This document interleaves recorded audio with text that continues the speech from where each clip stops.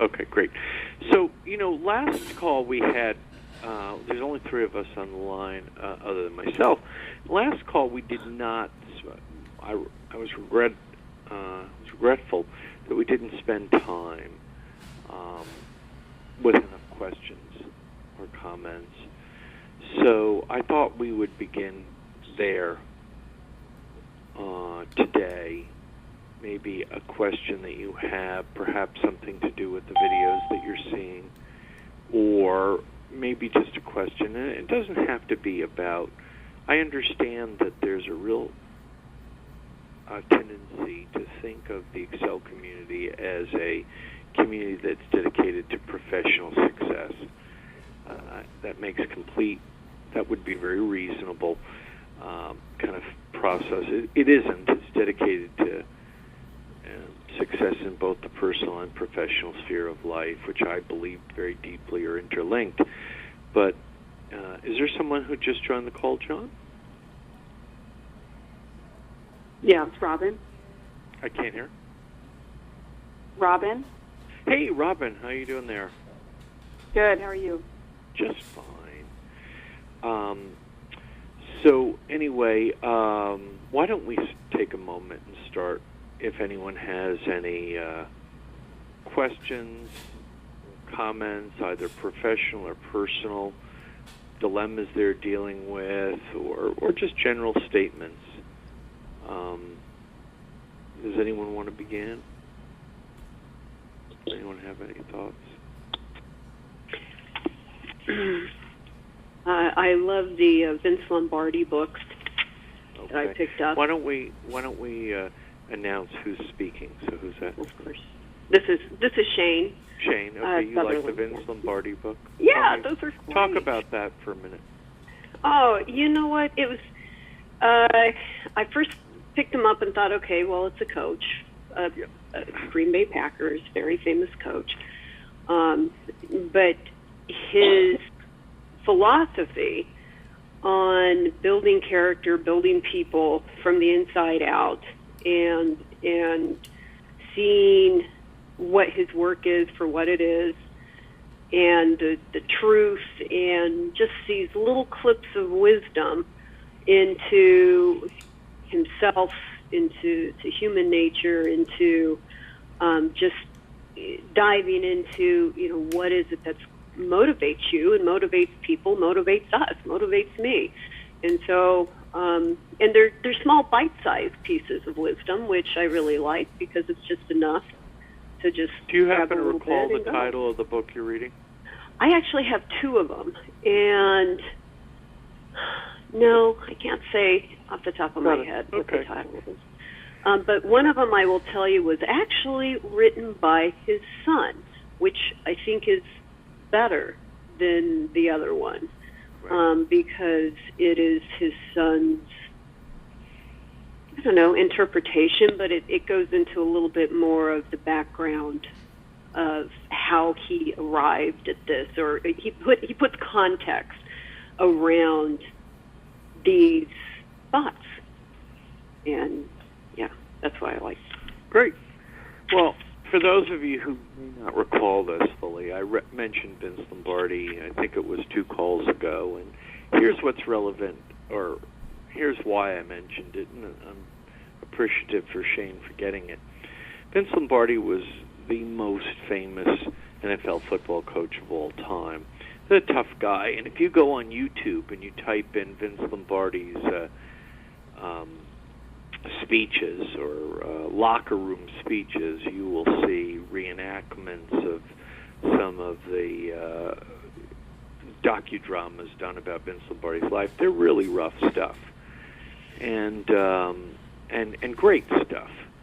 And Vince Lombardi evidently had a very, very unique ability to take a player and build them to a world champion in ways that very few or no one has ever done since. And one of his techniques you learn about is that he'd grab you if he didn't feel you were performing as well as you could or should, and he would just wipe you out for about 90 seconds. I mean, destroy you. And then in the last 10 seconds, after 90 seconds of the most devastating, humiliating assessment, he'd have a way of putting his hand on your shoulder and saying, now listen to me, you're a world champion, you're a Green Bay Packer, now go out there and do it. And in the last 10 seconds, resurrect this devastated soul in ways that were transformative. So that's kind of interesting thing. The other concern I had, of course, is modern life, which is a topic that I have a lot of concern about in a lot of ways, and that is that if a Vince Lombardi appeared today and spoke to young people in a realm or another sports or any other realm, he, of course, would be sued in about 3 seconds. And young people today could not, they're so fragile, they've been so overprotected, they have been so trophied for showing up that they have lost the capacity to deal with the great like of Vince Lombardi. So I think it's just interesting, and I think evidently Shane found it interesting enough to review and consider, and I'm glad she did. And I'd encourage other people on the call, even if they have no interest whatsoever in football, to do that. And I think this is exactly what the community is about discussing and thinking about and reviewing and considering. I have no idea if Shane had any awareness of Vince Lombardi prior to the call, but I'm very excited about it, and I encourage you, whether it be through YouTube or through books, or however you prefer, it's quite extraordinary. And ask yourself, could a 25-year-old, the average 25-year-old that you know of today, or 30-year-old, or 20-year-old, deal with a kind of Vince Lombardi drive for, and this may be why people are in some of the mess they're in terms of character and other things. So anyway, that's an interesting point. Thanks for that, Shane. Anyone else have a question or a comment on anything, on life, on business? This is Rachel Anakutye. Yep. I have a question. Hello. I have a question about children. Yeah. So I have a boy and a girl, and my question is, how do you, if you have two children, let's say the one listens very well and does what's expected, and the other one less, and then it sounds as if you are. It almost sounds to the one that you are kinder to the other one because the other child might be, reprimanded more often, but it's really due to the behavior. Is there one key secret to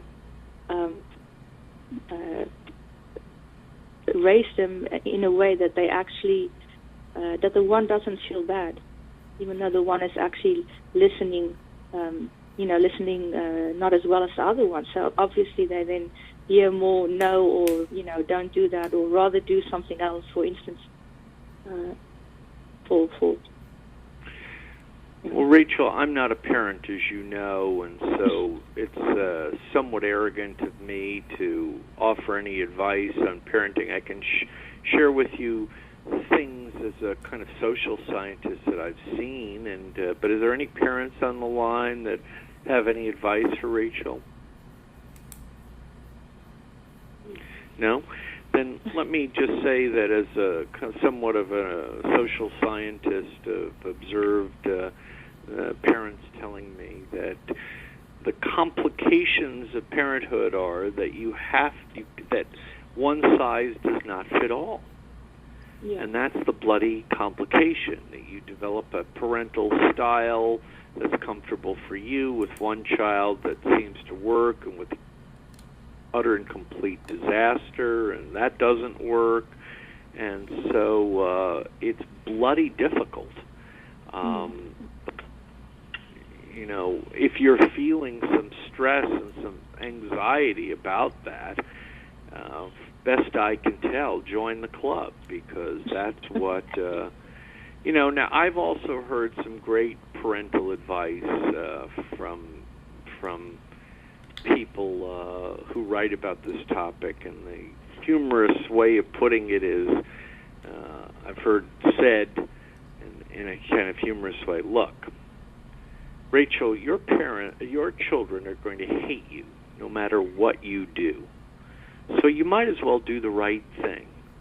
Yeah. And that's, of course, meant to be humorful, but it's true. Whatever you do, whatever a parent does, your children are going to resent it at certain moments of their life. Now, hate is a strong word, but it's meant to be a kind of humorful way of stating it. Your children are going to hate you no matter what you do, so you might as well do the right thing. And, of course, the big burden that I see is that way too many parents are trying to be their children's friends. They're trying to be popular, particularly divorced parents. And so, you know, I would encourage you, based on what I've read and heard, not to play for popularity, and in the end, hope that that's going to work out to their betterment. You're not their friends, and you know. So anyway, there you go. But anyone else have any other questions or comments? Because I have a couple thoughts I wanted to get to. No? Okay, so here's a couple of thoughts for us today that I have written down to discuss. And number one, it's a process called crowbarring your mind open.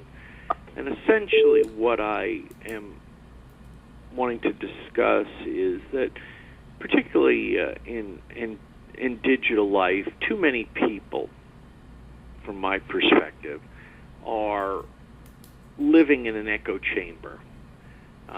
Their Facebook friends and their friends are generally in agreement with them. And so, therefore, their thinking around topics, whether it be personal or professional, is seldom challenged. And so Republicans hang out with Republicans, Democrats hang out with Democrats, and the gay community hangs out with the gay community, and all this and that and the other thing. Religious people hang out with religious people, and they're pet lovers and all the rest. So what I wrote down is to kind of make an effort, a conscious effort, to seek contrarian opinions, to try to do things that are intentionally designed to put you in conversation or communication with people who differ with you. So if you're a Republican, I would encourage you to spend a half hour a week trying to watch MSNBC. Or if you're a Democrat, I would encourage you to spend a half hour watching Fox News. I would encourage contrarian thought. I would encourage debate. And I would encourage seeking new experiences. If you, I just think that our capacity to see the world with fresh eyes will be enhanced if we have contrarian thought in our lives, that we encourage some kind of debate, and we seek some new experiences. So that might be something for you to consider. The other thing is, I wrote a little note about 10 things that require zero money and zero talent to excel. And these are little things, but they require zero money and zero talent. And here's a list of them for you to think about. Number 1, being on time. Number 2, work ethic. Number 3, effort. Number 4, body language. Number 5, energy. Number 6, attitude. Number 7, passion. Number 8, being coachable. Number 9, doing the extra. And number 10, being prepared. Now, those are kind of simple things, right? But they require no money, very little talent, and they can pay extraordinary dividends in your personal and your professional life. Let me just do them again real quick for you so you have them there in case you're writing. I don't know if we have this call taped. So, number 1, being on time. Number 2, work ethic. Number 3, effort. Number 4, body language. Number 5, energy. Number 6, attitude. Number 7, passion. Number 8, being coachable. Number 9, doing the extra. And number 10, being prepared. And lastly, been thinking about this a lot, so I've made a couple of notes. Do you have to be a jerk to be successful? That's a kind of interesting, provocative question. Do you have to be a jerk to be successful?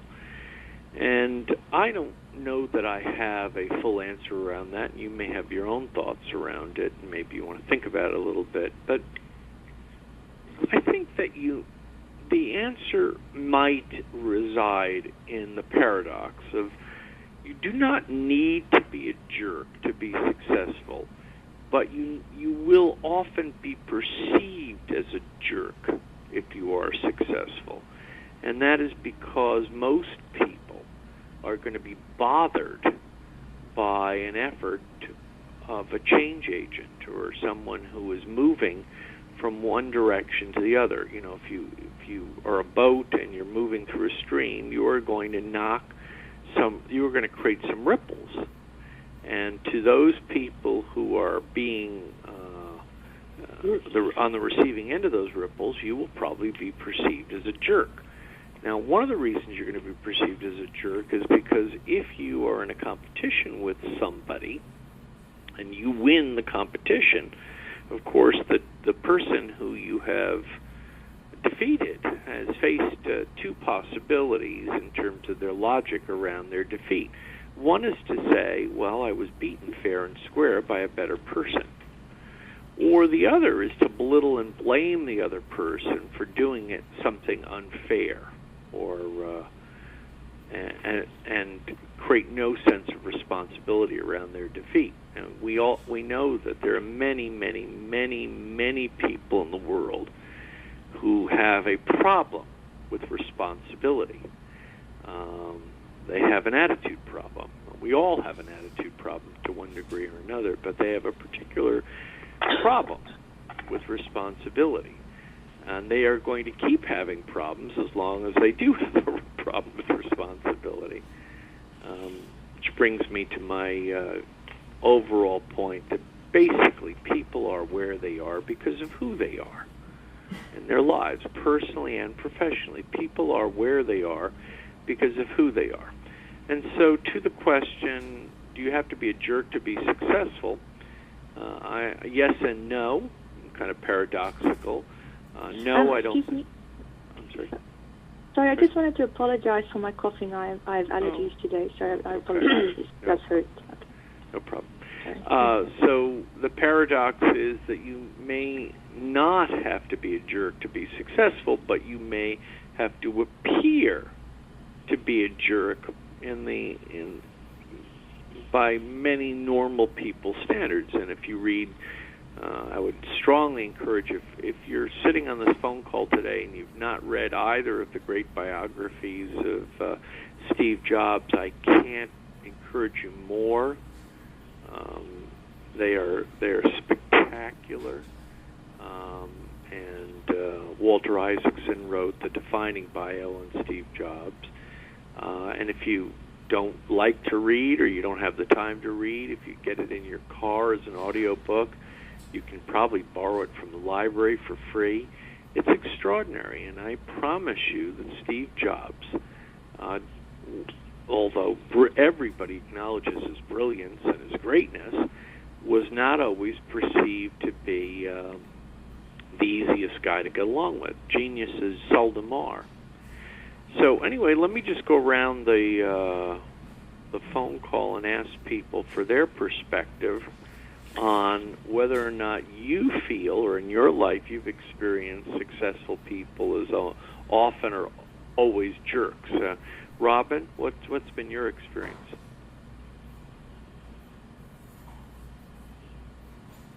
Hello? No, not there. Shane? Sorry. Go ahead, Robin. I was on mute, sorry.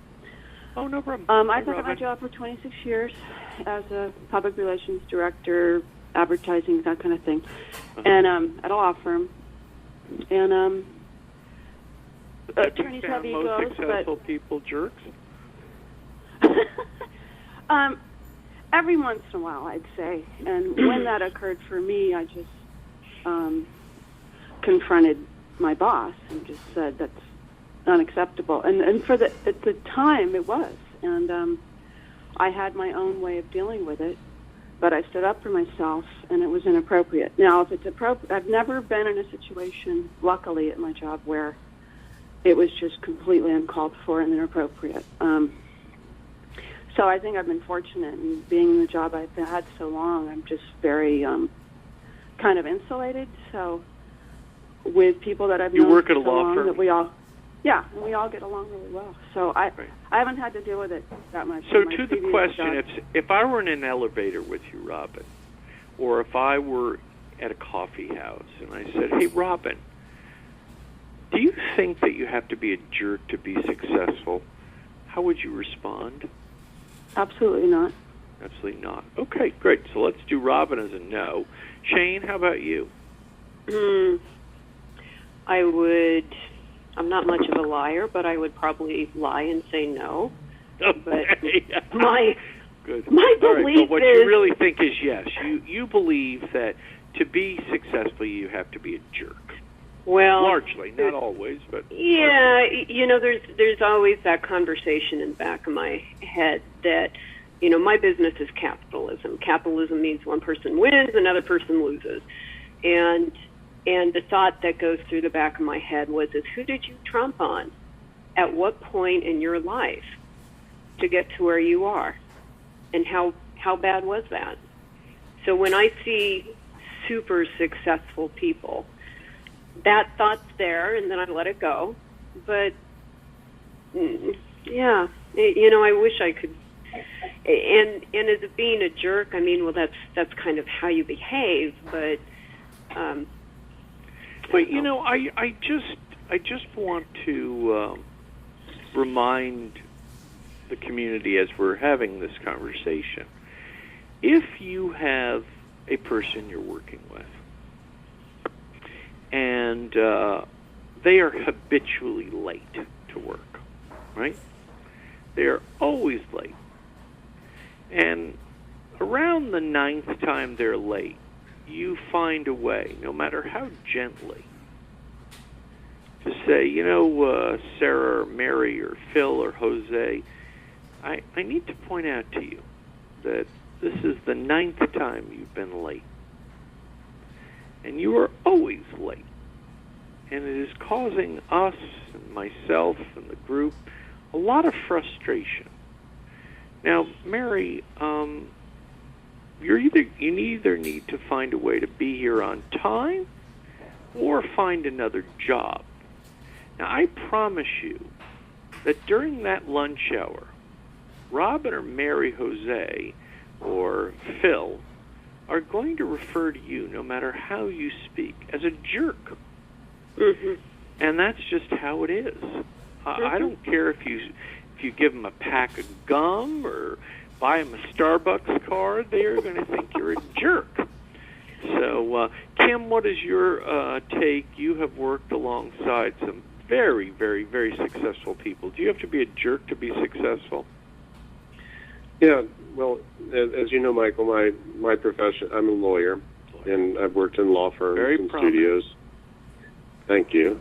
And, I guess lawyers often have a reputation for being jerks just because of their profession. That's right. And there certainly are a lot of litigation attorneys, probably I'm a transactional attorney, but more litigation attorneys that are in it just just to win, and you know, I've encountered my share of jerks, but in thinking about this, interestingly enough, when I look at the lawyers that I see as most successful, they're not jerks. They don't come across as jerks in their personal lives. I mean, they will negotiate hard and fight and do that, but in a civil manner. And so my answer would be no. You don't have to be a jerk to be successful. At least not in my experience. All right, fair enough. And I agree that people at the top really are often very competitive, very smart, very bright, but they're not. They're also generally very receptive, and so I agree with what you said. Rachel, any thoughts on that? Do you have to be a jerk to be successful? I think it depends on how you define success, and in my view, and how you define jerk. I think a really successful person, who in my view would be really successful, got there by doing all the right things, and that also means to set a good example and to be, to stick to what they are supposed to do, and to if they have certain points that they have to make, they will do that and stick to that because it's the right thing and they believe it. But they'll probably have a way to communicate that in a fair and respectful way, and it might to other people be perceived as they're being a jerk, but they're actually not. I mean, they're probably being honest. They're not lying about it, and they're just actually getting the job done. So I don't think, the really successful people that I've met were not jerks.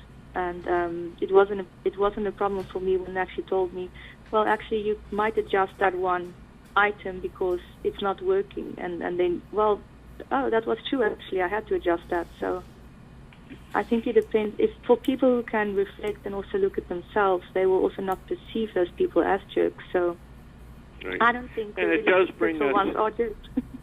No. It does bring us, your point, Rachel, does bring us to the great Dr. Phil line that he invented on television so successfully, where he will ask somebody a question and they'll answer, and he'll simply say in a southern accent, "How's that working for you?"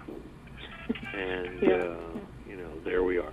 Anyway, this has been another interesting call. John, I think we have recorded this, and we'll send it out to people if you find it of interest. Thank you for being part of the community. I just want to remind everyone that if you go on the THEExcelcommunity.com, you can see a bunch of videos. If you join the community, it's $100 a year, and you get a 5-minute video every Sunday that I hope you'll find of some value. We're having a lot of good reaction from the community. And the videos, as you can tell, if you go and watch a few of them online, are dedicated to extremely high performance, both personally and professionally. It's not merely a professional sales group of some type or another. So anyway, with that said, thank you for your time. We'll catch up with you next month, I hope. Thank you, Michael. Thanks. God bless. All right, take care. Bye. Bye-bye.